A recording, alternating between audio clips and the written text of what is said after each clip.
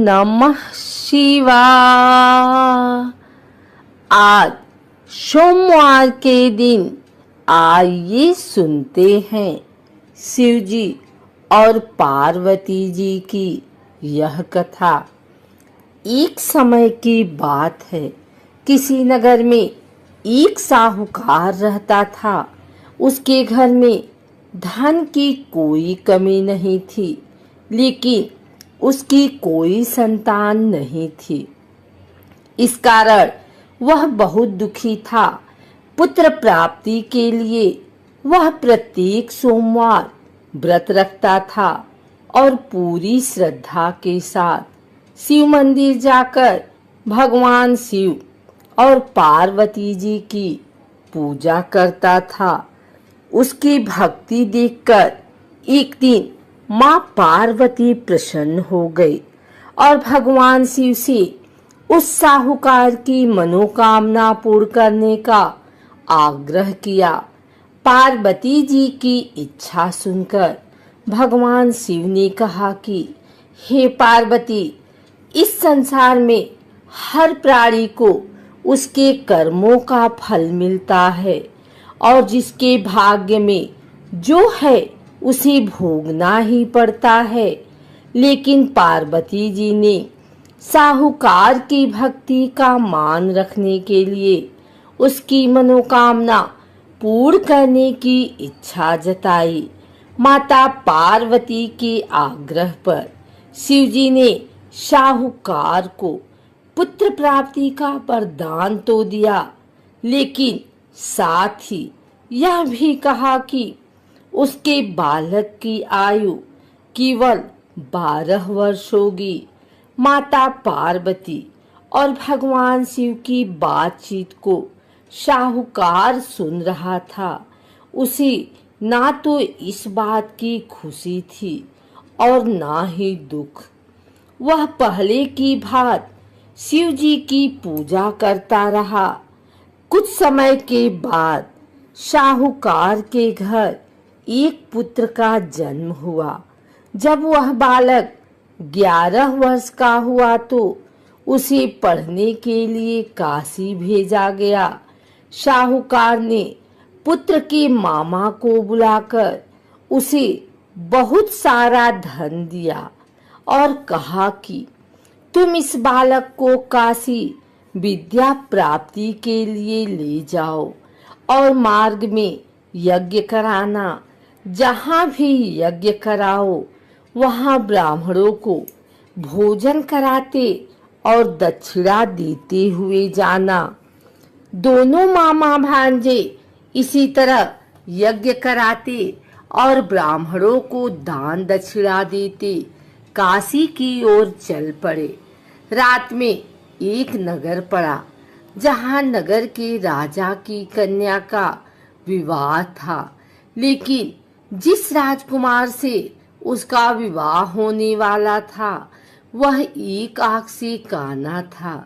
राजकुमार के पिता ने अपने पुत्र के काना होने की बात को छुपाने के लिए एक चाल सोची। साहूकार के पुत्र को देखकर उसके मन में एक विचार आया। उसने सोचा, क्यों न इस लड़के को दूल्हा बनाकर राजकुमारी से विवाह करा दूं। विवाह के बाद इसको धन देकर विदा कर दूंगा और राजकुमारी को अपने नगर ले जाऊंगा। लड़के को दूल्हे के वस्त्र पहनाकर राजकुमारी से विवाह कर दिया गया। लेकिन साहूकार का पुत्र ईमानदार था। उसे यह बात न्याय संगत नहीं लगी। उसने अवसर पाकर राजकुमारी के चुन्नी के पल्ले पर लिखा कि तुम्हारा विवाह तो मेरे साथ हुआ है, लेकिन जिस राजकुमारी के संग तुम्हें भेजा जाएगा वह एक आंख से काना है।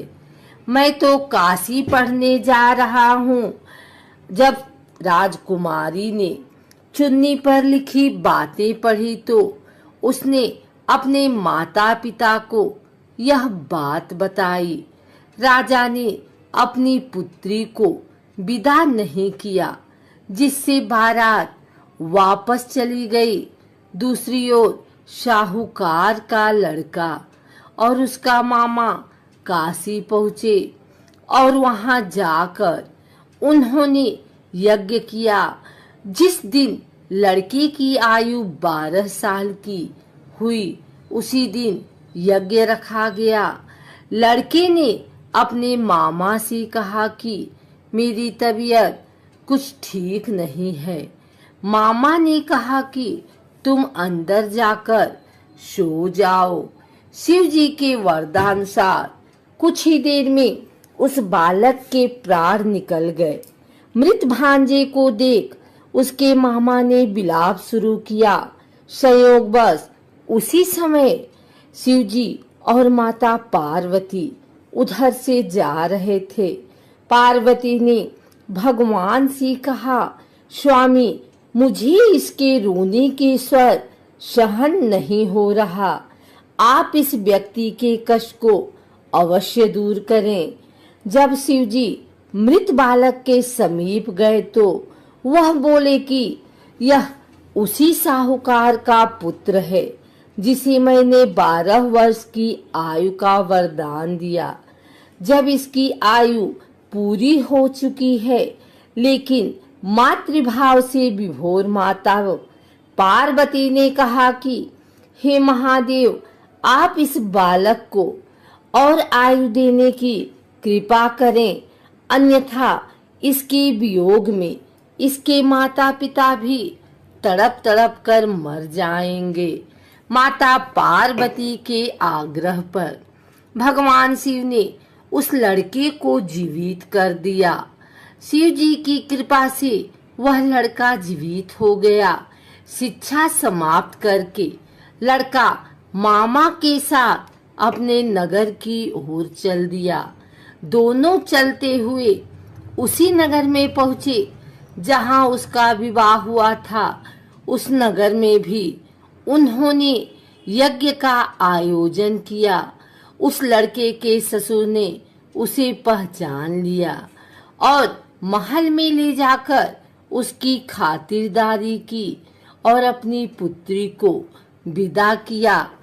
इधर साहूकार और उसकी पत्नी भूखे प्यासे रहकर बेटे की प्रतीक्षा कर रहे थे।